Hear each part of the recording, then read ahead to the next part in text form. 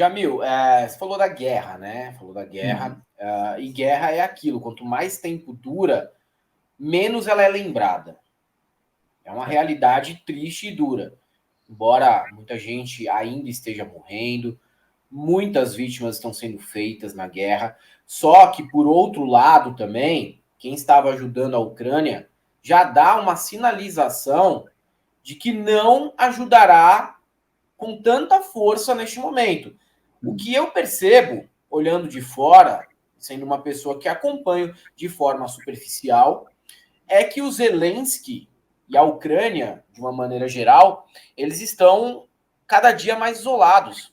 E que os Estados Unidos não parecem, pelo menos não sinalizam, que farão o esforço que fizeram até o momento para que a Ucrânia continue a lutar contra a Rússia, que é uma luta duríssima, e pior, né? Para que a Ucrânia integre a OTAN neste momento. Porque eles já começam a dizer que a Ucrânia só poderia integrar a OTAN neste momento se acabasse a guerra, né? Se a guerra já não estivesse rolando. Tem a questão também dos interesses da Turquia. A Turquia tem um peso muito grande nessa decisão. Nessa questão da guerra, que aqui no Brasil, por estar muito distante ali daquela região, a gente acaba acompanhando com menos frequência a cada tempo que passa. Como que você enxerga essa relação também da OTAN, Estados Unidos e Ucrânia neste momento? É crítico o momento para o Zelensky? Olha, vamos tentar colocar num contexto, porque ela é crítica, mas eu acho que ainda existe uma aposta de que a guerra pode ser vencida militarmente pela Ucrânia. Aposta, digo, das potências ocidentais, tá? Não estou dizendo, eu sinceramente, eu acho que a gente aprendeu a começar guerras, mas a gente esqueceu como termina uma guerra, né? É impressionante, porque a quantidade de conflitos que iniciam no mundo e não conseguem ser concluídos é uma coisa absurda, absurda. A gente a questão talvez do diálogo, talvez da concessão, isso acabou no cenário internacional, está todo mundo lutando pelas suas posições maximalistas hoje. A situação da Ucrânia é dramática, porque, Maldonado, não é uma guerra da Ucrânia, é uma guerra na Ucrânia. Sim. Porque qual é a diferença? Não é uma guerra que interessa só aos ucranianos. É uma guerra que é disputada na Ucrânia, mas é disputada entre dois polos que poderia ser em outra região ali. Sinceramente, hoje é na Ucrânia, mas poderia ser nos Bálticos, poderia ser em outra região ali dessa faixa de fronteira. Claro, a Ucrânia tem uma questão histórica em relação à Rússia, é normal que isso poderia acontecer aí. Mas por que eu digo que é uma guerra na Ucrânia? Porque o que está em jogo é a definição das fronteiras entre o Ocidente e a Rússia. Essa é a questão central.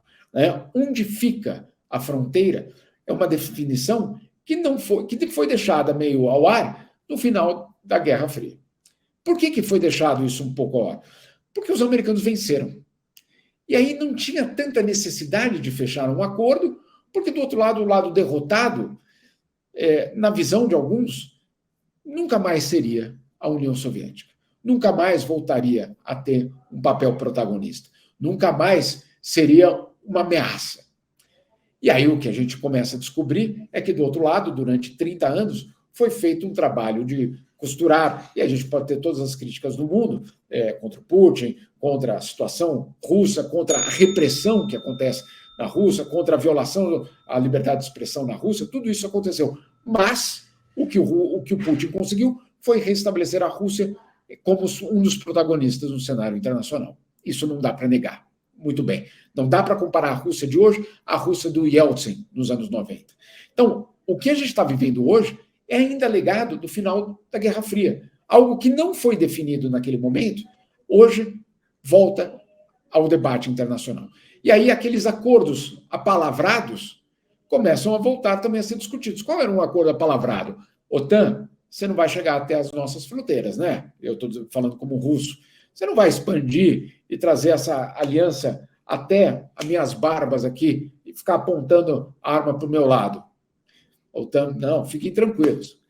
Desde aquele momento, a OTAN fez 5 expansões. E todas elas em direção à Rússia. Então, eu não estou justificando a invasão. É impossível justificar essa invasão. É impossível você falar que os russos tinham razão, afinal de contas, olha a OTAN. Mas a gente precisa contar a história inteira. E a história inteira é contar também, do ponto de vista russo, a pergunta que é óbvia: quando é que vocês vão parar? Aonde é que vocês vão parar? Então, essa é uma questão real, é uma questão que vai ter de ser lidada para que a guerra termine. E aí é muito interessante, Maldonado, que você falou. E é verdade, eu estou no Brasil hoje, eu não escuto o debate de guerra. Né?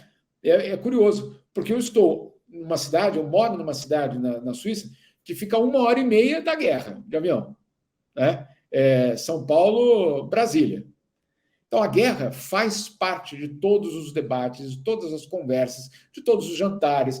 Meus filhos vão à escola já com refugiados ucranianos dentro da classe, sabe? Então, é uma guerra também local. Então, não dá... Quando a gente fala, puxa, mas os europeus ficaram irritados com a frase do Lula, X, e aí não é defender os europeus, mas vamos tentar entender.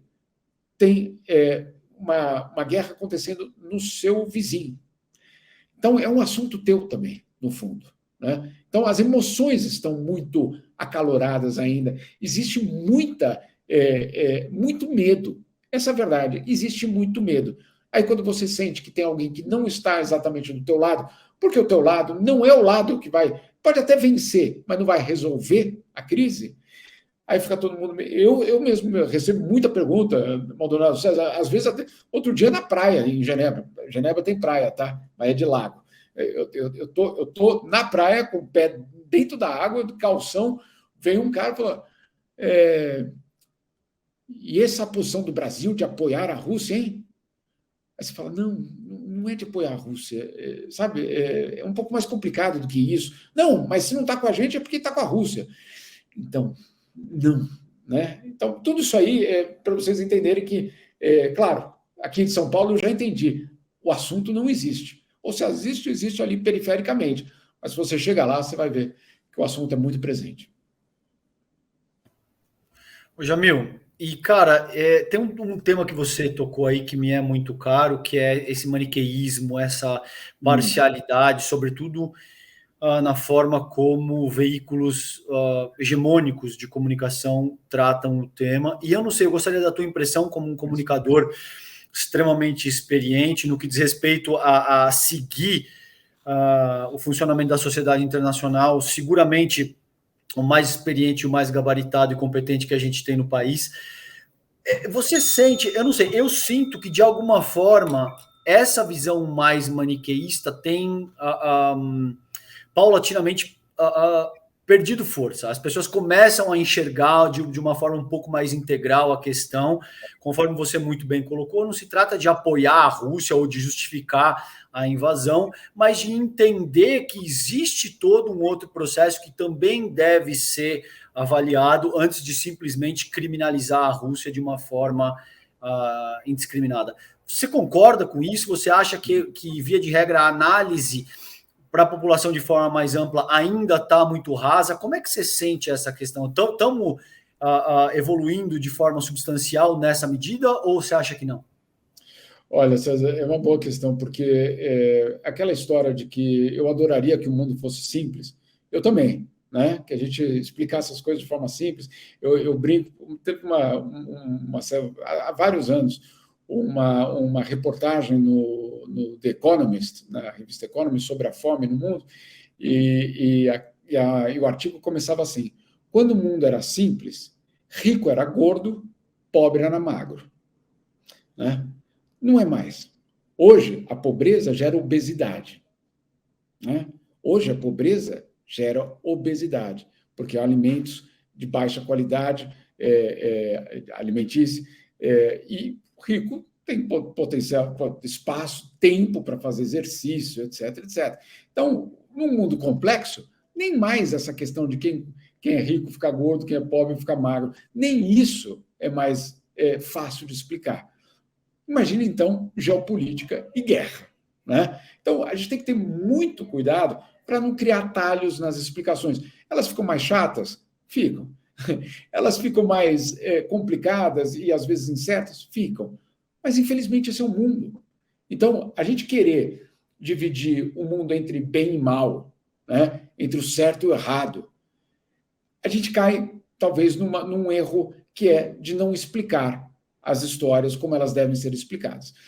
Isso não estou falando só do Ocidente, na Rússia também. Vamos lembrar, até hoje na Rússia a palavra guerra é proibida nos jornais. A palavra guerra, você não pode usar a palavra guerra na Ucrânia, é operação especial. Ou seja, também o Muratov, que é acho que é Muratov que venceu o Prêmio Nobel da Paz, junto com a Maria Ressa, um jornalista, o editor do jornal, quando Putin decretou que a palavra guerra era proibida nos jornais, ele fez uma capa espetacular para mim, uma das melhores capas que eu já vi, uma capa dizendo assim, pelo menos a palavra paz ainda é autorizada.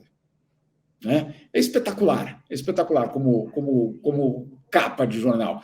Mas por que eu estou dizendo isso? Porque a gente vai ter de continuar a explicar as complexidades do mundo e convencer o leitor de que aquelas versões maniqueístas, elas podem fazer você sair daquele programa ou ir dormir tranquila. Agora entendi.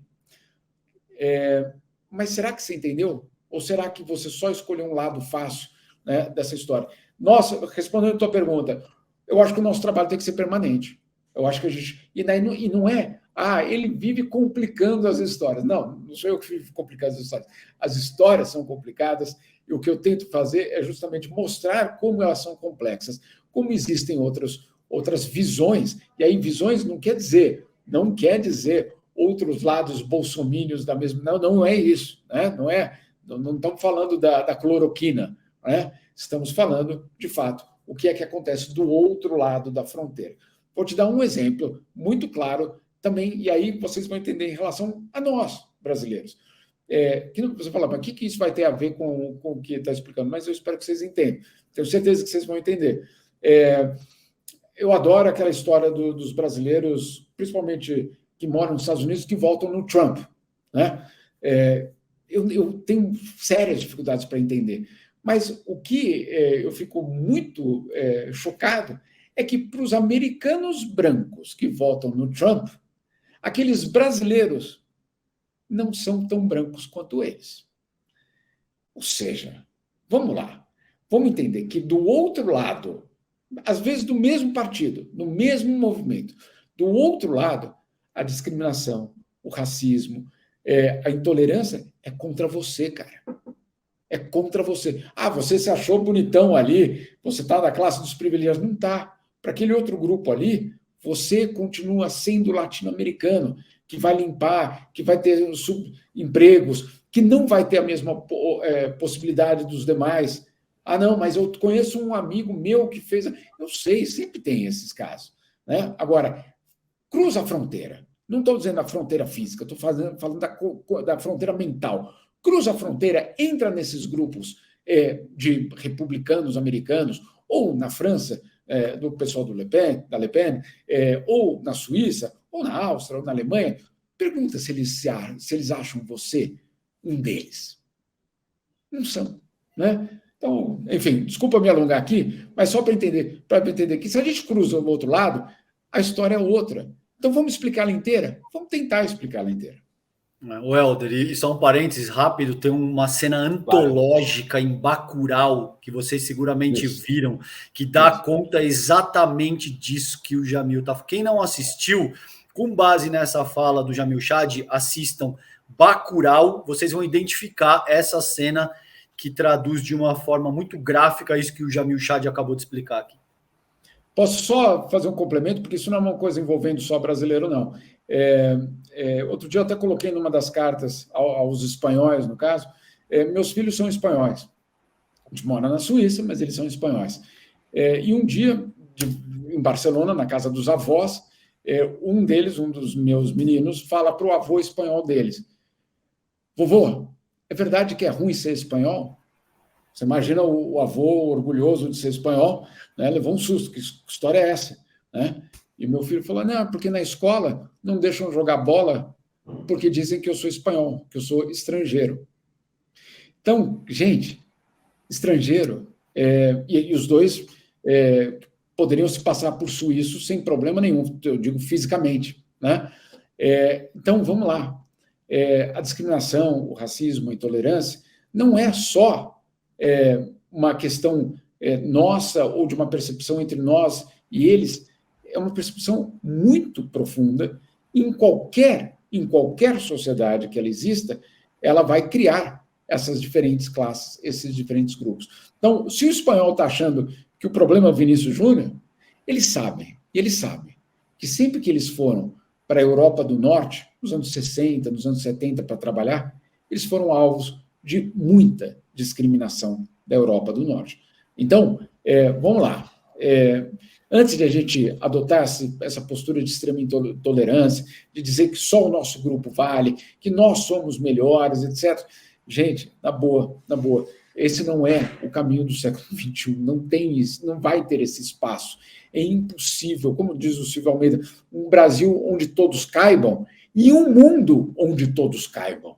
É isso que a gente precisa trabalhar, onde todos caibam, onde todos tenham o seu lugar, onde não haja uma questão dessa sendo ainda colocada como um obstáculo. Perdão por me alongar, mas isso é o grande desafio do século XXI. Ô, Jamil, o Lula, né? A gente falou aqui sobre esse desafio. O Lula bate muito na tecla de que quer lutar pela paz, bate na tecla de que o Brasil não tem inimigos e que ninguém é inimigo do Brasil, apesar dos nossos cidadãos, quando vão para a Europa, para os Estados Unidos, serem alvos de preconceito. Temos isso acontecendo. Mas ele falando ali de uma maneira diplomática, o Brasil não tem inimigos e o Brasil também não odeia ninguém, tentando se colocar nesse papel de mediador da paz, né? De fato, essas viagens que o Lula faz, a fala dele ali em Paris e toda a sinalização para pelo menos se colocar como mediador da paz, nem que seja simbolicamente, nem que seja mandando uma mensagem para as pessoas, isso surte algum tipo de repercussão aí no exterior? Existe, assim, uma visão de que o Brasil e o Lula, de fato, fizeram o nosso país voltar a ter essa figura, né, diplomática que a gente sempre teve de neutralidade, de tentar negociar a paz, porque é algo que se perdeu, né? Voltando à questão de virar par, é algo que se perdeu e que eu vejo na figura do Lula e da nova diplomacia tentar se posicionar. E isso também não deixa de ser um case. Isso. Não deixa de ser um case, porque os países eles precisam ter o soft power, vender o que eles acreditam que deveria ser a imagem. Quem acredita que não, isso é verdade. Cada governo vai tentar manter ou criar um soft power em nível mundial, né? E no caso aí o Lula tem sempre essa obsessão. Isso surte efeito mesmo, isso dá mais repercussão aqui internamente. Como que é a visão do Lula nesse sentido aí fora? Manoel, olha, o Brasil não é o único que vai nesse caminho. Então, temos alguns... Existem outras nações que também seguem esse mesmo caminho. Quais, por exemplo? Turquia tentou desde o minuto 1 da guerra. A Turquia mantém relações muito boas com Putin e mantém relações com a Ucrânia, porque a Turquia faz parte da OTAN. Né? Estão próximos, estão ali do lado. Do lado. Então, a Turquia foi um desses países que, desde o minuto 1, tentou fazer essa mediação. Para vocês terem uma ideia, a Turquia também media, a cada 3 meses, o acordo de cereais da Ucrânia. O que é o acordo de cereais? É o acordo que permite que a Ucrânia possa continuar exportando cereais para o mundo. Você se lembra, no começo da guerra, houve um bloqueio, alimentos da Ucrânia não saíam do país, e aí houve aquele pico de inflação nos alimentos, foi em parte por conta disso. A Ucrânia é absolutamente fundamental na produção de cereais para o mundo, principalmente para os países mais pobres. Então, a Turquia fez isso e continua fazendo isso. Então, é um ator importante. Um outro ator importante tem sido a China. A China criou um emissário especial que visitou já o Putin e o outro lado para os Zelensky. O Vaticano criou uma figura de mediador da guerra para tentar também dialogar. E aí vem... os africanos. A África do Sul reuniu um grupo de países para também tentar fazer essa mediação, um grupo de países africanos para também tentar fazer essa mediação. E aí vem o Brasil. O Brasil faz entra nessa, eu não diria corrida, mas nessa pressão pela paz, eu acho que tem dois impactos. Um deles é isso que você disse. Qual que é a mensagem do Brasil ao mundo, mesmo que não funcione? Qual que é a mensagem do Brasil ao mundo? Paz. Isso é importante, sim. Isso é importante. Hoje, vamos pensar o que aconteceu em 2002, 2003, guerra no Iraque. Não sei se vocês se lembram, mas o Brasil foi contra a guerra, né? A diferença é que a França também era contra a guerra, o Chirac também era contra a guerra naquele momento. Hoje, 20 anos depois, todo mundo se lembra de como foi desastrosa aquela guerra. E também, e nos meios diplomáticos, todo mundo se lembra que o Brasil foi contra a guerra. Então, tem sim um impacto no capital diplomático que o Brasil pode ter no mundo. Falar em paz é um diferencial. Falar em paz é um diferencial. Esse é o primeiro ponto. Segundo ponto, a gente pode até imaginar que o Lula tem essa capacidade de diálogo. Pode ser. Não duvido, não. Agora, o que talvez a gente não possa fazer, e aí seria talvez um erro, é se frustrar se isso não for adiante. Por que eu estou dizendo isso? Porque hoje nenhum dos lados quer negociar. Nem a Rússia, nem a Ucrânia. Então não é a proposta brasileira não funcionou. Não, nenhuma proposta funcionou. Outro dia, há pouco tempo, eu estava com eu não posso falar o nome, porque era uma conversa em off, mas a altíssima fonte da ONU. Enfim, ó, sai do quadrinho aqui, ó, fora do quadrinho. Vocês podem imaginar quem seja o rapaz que eu conversava.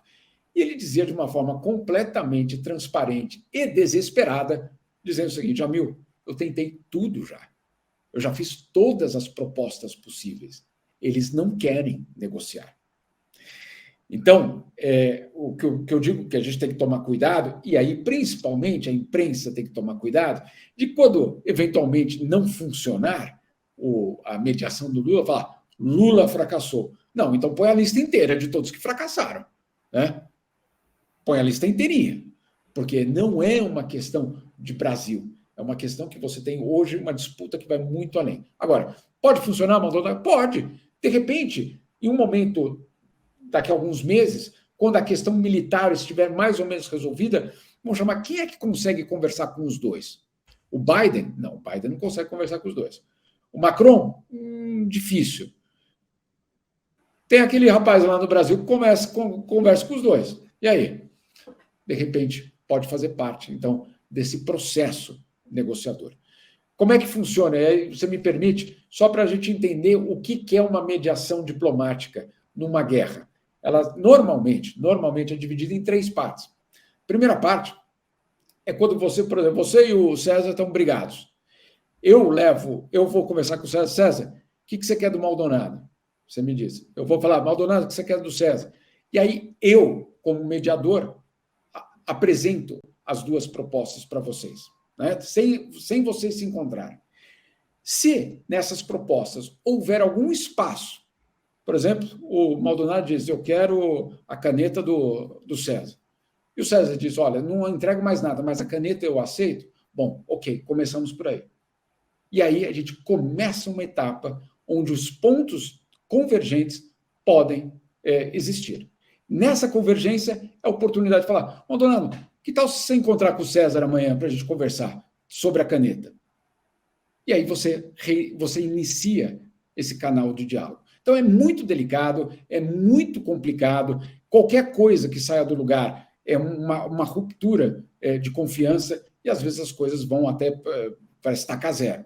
Mas ter essa pessoa que faça essa mediação, pode ser o Lula? Pode. Hoje não dá para dizer nem sim, nem não. É a questão de continuar falando de paz. E isso eu acho que o Brasil tem feito de uma forma muito correta. Falar sobre a paz tem que ser colocado na agenda internacional.